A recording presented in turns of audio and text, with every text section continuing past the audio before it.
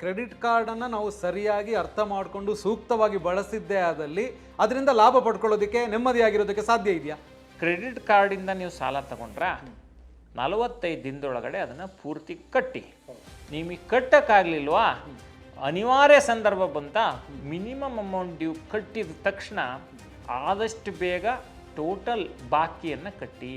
ತುಂಬ ಜನ ಎಡುವುದು ಎಲ್ಲಿ ಗೊತ್ತಾ ಶೇಷ, ಈ ಮಿನಿಮಮ್ ಅಮೌಂಟ್ ಡ್ಯೂ ಇರುತ್ತಲ್ಲ, ಈ 50,000 ರೂಪಾಯಿ ಸಾಲ ತಗೊಂಡಿದ್ದೀರಿ, ಅದರಲ್ಲಿ 2,500 ರೂಪಾಯಿ ಕಟ್ಟಿಬಿಟ್ರೆ ಇನ್ನೇನು ಬಡ್ಡಿ ಹೊರೆ ಬೀಳಲ್ಲ ಅಂತ ತುಂಬ ಜನ ತಪ್ಪು ತಿಳ್ಕೊಂಡಿರ್ತಾರೆ.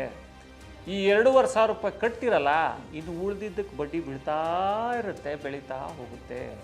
ಎಷ್ಟು ಬಡ್ಡಿ? ವರ್ಷಕ್ಕೆ 42ರಿಂದ 45% ಬಡ್ಡಿ ಆಗುತ್ತೆ. ಇದನ್ನು ತುಂಬ ಜನ ಅರ್ಥ ಮಾಡ್ಕೊಳ್ಳೋದಿಲ್ಲ. ಇದನ್ನು ಅರ್ಥ ಮಾಡ್ಕೊಳ್ಳದೆ ಸಾಲದ ಶೂಲಕ್ಕೆ ಸಿಲುಕ್ತಾರೆ. ಬಾಸ್ ವಾಲಾ, ಬಿ ದ ಬಾಸ್.